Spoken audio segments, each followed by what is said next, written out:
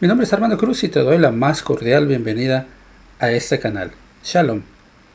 En esta edición de un análisis profundo de la doctrina hablaremos sobre Nimrod. Nimrod fue en realidad el principio de la idolatría en la historia de los seres humanos en lo que religión se refiere. Para poder entender a este personaje vamos a tener que remontarnos al pasado y encontrar sus orígenes. Es importante que analicemos el origen de este personaje para entender desde qué punto partió la idolatría y sobre todo para entender qué es idolatría.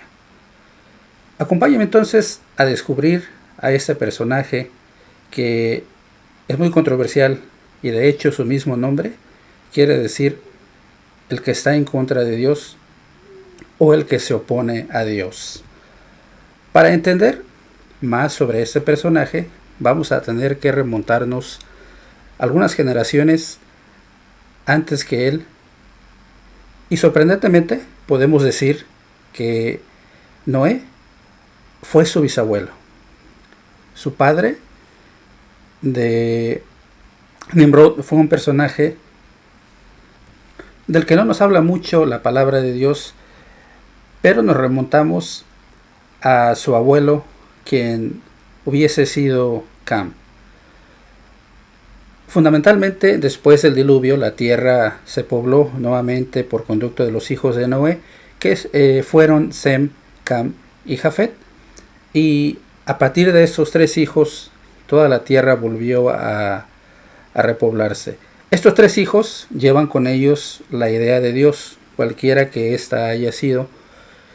Lamentablemente, a través del estudio de la palabra de Dios nos damos cuenta que ninguno de sus hijos buscó plenamente a Dios como lo hizo en su tiempo su antepasado Noé.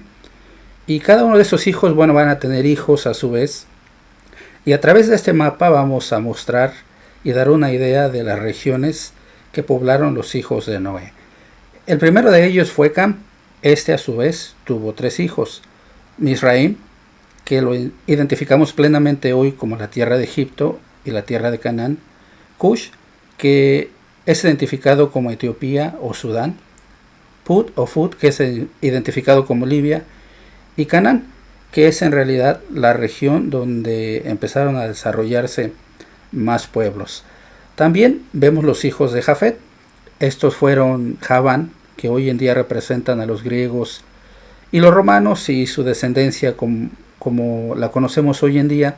Y también Magog, que los identificamos plenamente como los eslavos, los rusos, los búlgaros, los eslovacos y los croatas, es decir, la parte central de Europa. También tenemos a uno de los hijos de Jafet con el nombre de Madai. Estos son identificados como la gente que vive en la India, los medos y los persas, la gente de Afganistán, los kurdos y los iraníes, es decir, la parte oriental o el Medio Oriente. También tuvo otro hijo que se llamó Tubal y este pobló la parte sur del Mar Negro. También tuvo otro hijo que se llamó Tiras, que representa la gente de origen teutónica, germanos, escandinavos y sobre todo los más identificables anglosajones. También tuvo otro hijo que se llamó Meseg y ellos ocuparon una parte de Rusia. Finalmente uno de los hijos de Jafet fue Gomer y esto los podemos identificar como la gente que habitó la región de también Europa, conocidos como los celtas. Finalmente el último hijo de Noé, que fue Sem, tuvo a su vez más hijos. Uno de ellos fue Elam, los cuales habitaron la parte de Arabia, Asur, que poblaron la parte de Asiria, Lut, que fueron los lidianos, una parte también cerca de Egipto, Aram, que ahora lo identificamos como Armenia, y Mesopotamia y la Siria de Arfaxad, de donde precisamente nace el patriarca Abraham. Pues bien, uno de estos personajes de los cuales nos habla la Biblia fue descendiente de Cush, y este fue el personaje conocido como Nimrod. Nimrod fue un poderoso cazador en su tiempo, y de acuerdo a lo que nos dice el capítulo 10 y 11 de Génesis, podemos identificar que Nimrod, ayudado por su madre, Semiramis, que a su vez también fue su esposa, concibieron un hijo a quien llamaron Tamuz. Este personaje, con su madre y su hijo, formarían una tríada diabólica. Una de sus primeras misiones fue establecer ciudades, establecer un reino y autonombrarse como un monarca. La Biblia describe en el capítulo Génesis, capítulo 12, versículo 10 al versículo 12 lo siguiente. Las principales ciudades de su reino fueron Babel, Erec, Akkad y Calnet en la región de Sinar. Desde esa región, Nimrod salió hacia Asur, donde construyó las ciudades de Nínive, Rehoboth-ir, Calá y Resén, la gran ciudad que está entre Nínive y Calá. A través de esta triada diabólica, él va a enseñar a la gente a que ahora su esposa y su madre a la vez, Semiramis, sea vista como la reina del cielo. Él también será visto como un dios, e indudablemente su hijo Tamuz será visto como el hijo de los dioses. Es decir, ahora tenemos una combinación de Dios Padre y Dios Hijo y su madre, que es la reina del cielo. Uno de los primeros objetivos, como decíamos, fue fundar las ciudades, y cada una de estas ciudades que Nimrod fundó tienen un objetivo primordial. En la Biblia, todo tiene un significado. Los nombres propios, el nombre de las ciudades, aún el mismo nombre de los animales. Y aquí no sería la excepción. La primera ciudad del imperio llevaba como nombre Babel, o sea, confusión. Nimrod quería inmortalizar su forma de pensar y vivir, nombrando a la ciudad Confusión. La segunda ciudad de su imperio le llamó Erec, que quiere decir prolongar. Y la pregunta que nos haríamos es: ¿prolongar qué? ¿La confusión? La tercera ciudad se llamaría Akkad, que quiere decir fortificar. Y aquí donde nos preguntamos, ¿qué quería fortificar Nimrod? ¿Sus ideas? ¿Su forma de vida? ¿Sus costumbres? El nombre de la cuarta ciudad fue Calnet. Esto significa fortaleza de Anu, o padre de los dioses. El nombre de la quinta ciudad fue Nínive, o Nines, que era también otro nombre con el que se le conocía a Nimrod. La ciudad de Nínive también se conocía como el lugar o ciudad del pescado, y de ahí entonces nace la adoración a la diosa Ishtar, o Esther en español, que representaba la diosa de la fertilidad y a menudo es representada con un pescado. Como sexta ciudad del imperio tenemos a Rehoboth. Esto significa camino ancho. Es decir, ahora la gente, el pueblo, escogía el camino a seguir, ya que no solamente existía uno. El nombre de la séptima ciudad fue Calá. Este quiere decir completado o terminado. La octava ciudad establecida en el imperio fue Resén. Esto quiere decir freno. Así como aquellos que usan los caballos. Es como si Nimrod quisiera llevar el control del camino y destino, y no solamente el destino, sino también la fe de su pueblo, Babel. Si nosotros hacemos un resumen al nombre de todas estas ciudades, vamos a tener un panorama completamente completo de lo que quería hacer Nimrod. Es decir, como número uno, nos podemos dar cuenta que Nimrod estableció una ciudad llamada Confusión, ya que, como lo dice su nombre, él quería seguir confundiendo a la gente para que no encontrara al Dios verdadero. Número 2. Después, quiso prolongar esta confusión y así perpetuar el alejamiento hacia Dios. Número 3. fortificaría sus ideas siniestras de alejarse de Dios, y a través de la tríada diabólica de Nimrod, su esposa y su madre, quien fue Semiramis, y su hijo Tamuz, llevarían a la gente de su época, y aún en la nuestra, a un extravío casi por completo de Dios. Número 4. Nimrod comenzaría a introducir la adoración de las criaturas antes que al Creador, adorando a Anu, padre de los dioses, y a todos los dioses falsos. Número 5. El camino ancho de la religión de Nimrod, y más tarde la universal, dejaría adorar a quienes tú quisieras y de la forma que tú quisieras. El imperio ofrecía ahora dioses para toda ocasión y día del año. Número 6, que casualmente representa en la Biblia un número de imperfección. La última ciudad establecida por Nimrod en realidad denota el control y mando del freno que tenía sobre todo su imperio, y el pueblo obviamente bajo su mando. Es claro entonces darnos cuenta y entender que como consecuencia de todo el éxito que tuvo y cómo sus planes se fueron fortificando cada vez más, Nimrod llamaría a una de sus ciudades completado. Es interesante, ¿verdad? Y aquí es donde empezamos a ver la corrupción, no solamente moral, sino espiritual, a la que fue llevada la gente a través de Nimrod. Es decir, ahora tenemos a Nimrod, a la cual la gente adoraba como el Dios Padre, como un Dios representado muchas veces también por el sol. Adoraban a su esposa y madre Semiramis, y adoraban también a su hijo Tamuz.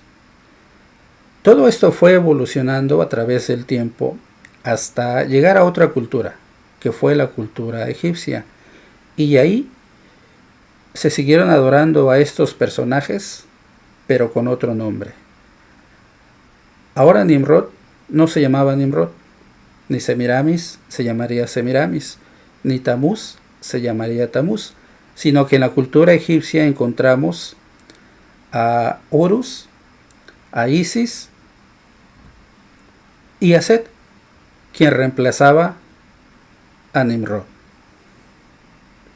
Esto como consecuencia hizo que la evolución de las culturas, el cambio de cultura, de ideología y cambio de imperios, solamente pasara los nombres nuevos a los dioses que ellos tenían, que en realidad eran el mismo, y vemos cómo el cambio de nombres del imperio de Babilonia pasa al imperio egipcio.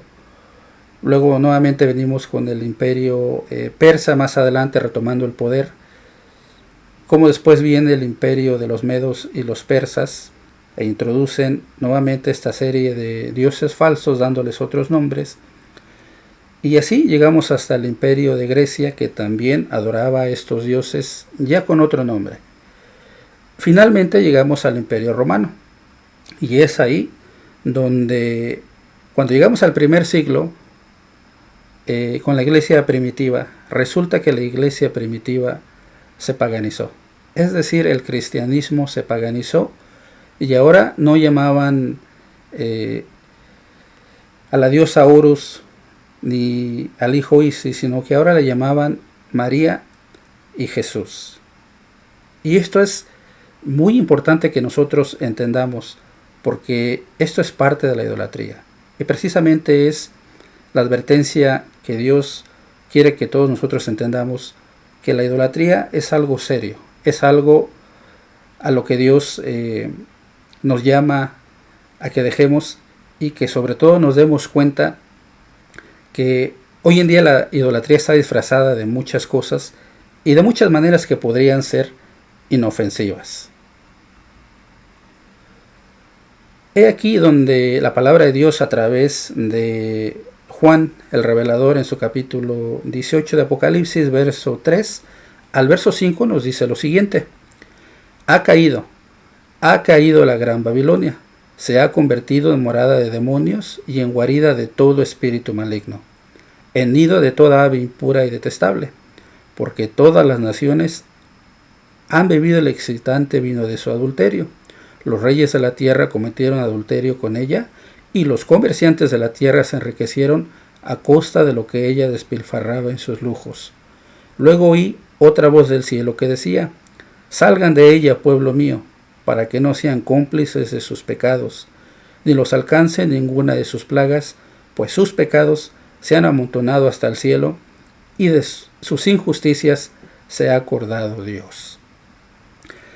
A través de Juan, el revelador nos advierte y nos recomienda que salgamos de esa corrupción espiritual y moral que hoy en día se llama Babilonia.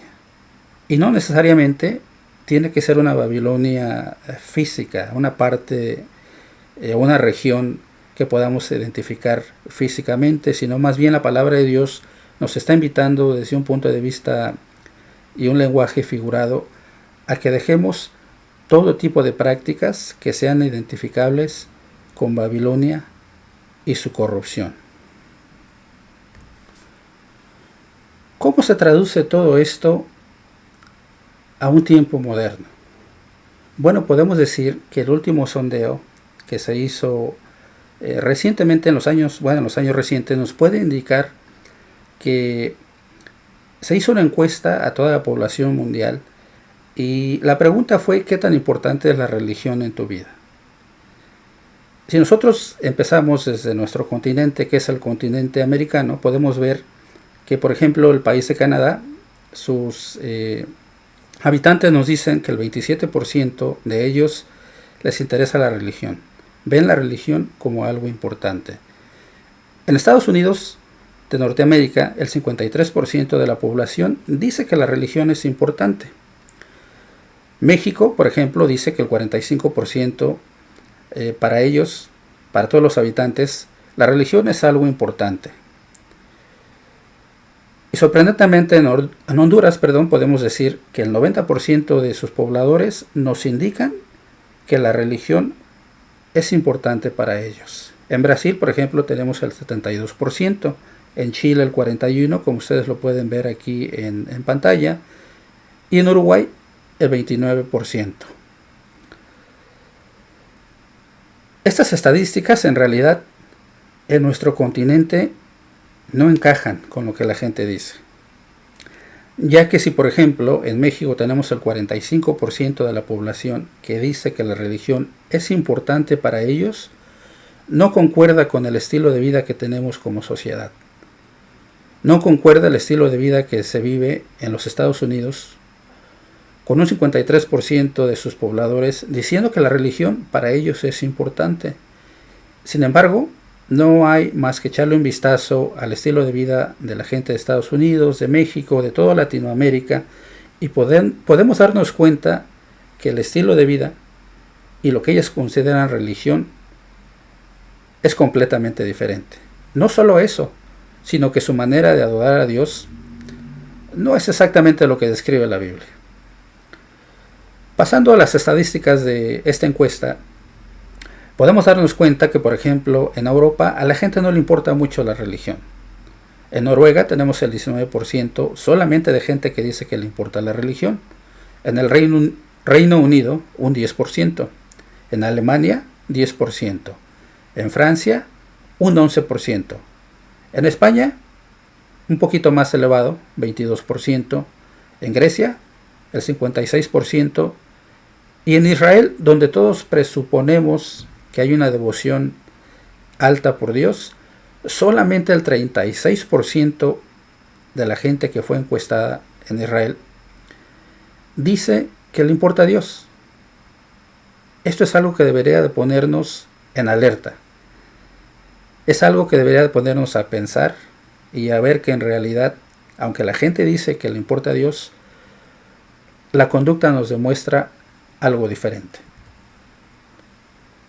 Te invito a que sigas estudiando esta encuesta, veas cómo respondieron todos los países en este sondeo para ver qué tan importante es la religión en la vida de cada uno de los pobladores a nivel mundial. Finalmente quisiera recomendarte un par de lecturas que te van a ayudar bastante a entender con mayor profundidad este tema.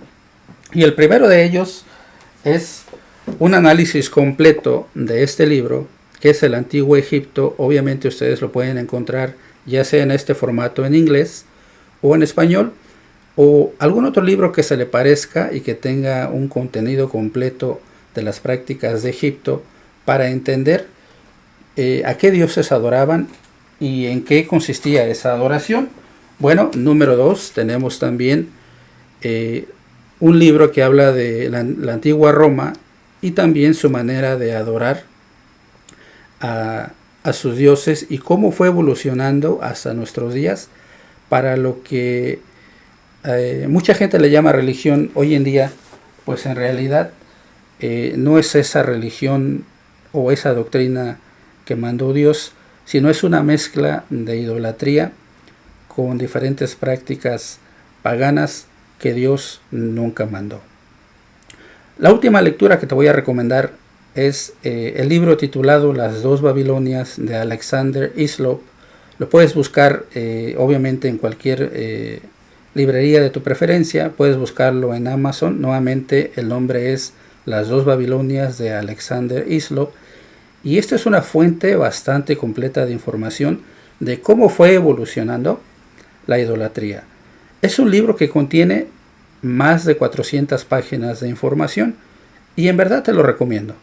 También te recomiendo que nos visites en nuestras plataformas digitales a través de Facebook, a través de YouTube en nuestro canal, a través de la página oficial de la iglesia y por supuesto mandándonos un correo si es que tienes alguna duda. Y puedes hacerlo a cualquiera de nuestras plataformas digitales. Aquí en pantalla voy a dejar la descripción también un poquito más adelante en la parte final de ese video. Y bueno, te daré el nombre de los libros que te estoy recomendando para que te puedas dar a la tarea de estudiar con mayor profundidad. Y bueno, también invitarte a que leas tu Biblia. Todo lo que puedo enseñar aquí tiene un fondo bíblico. Y también invitarte a que leas la Nueva Versión Internacional, ya que hasta ahorita he encontrado que es un poquito más clara para difundir el Evangelio, y espero que ese tema, como siempre, haya sido de bastante provecho para tu crecimiento, no solamente del conocimiento de la palabra, sino también para que a través de estos temas puedas empezar a fortalecer tu fe. Mi nombre es Armando Cruz y espero en el Dios de Abraham, de Isaac y de Jacob que te bendiga a ti y a los tuyos. Shalom.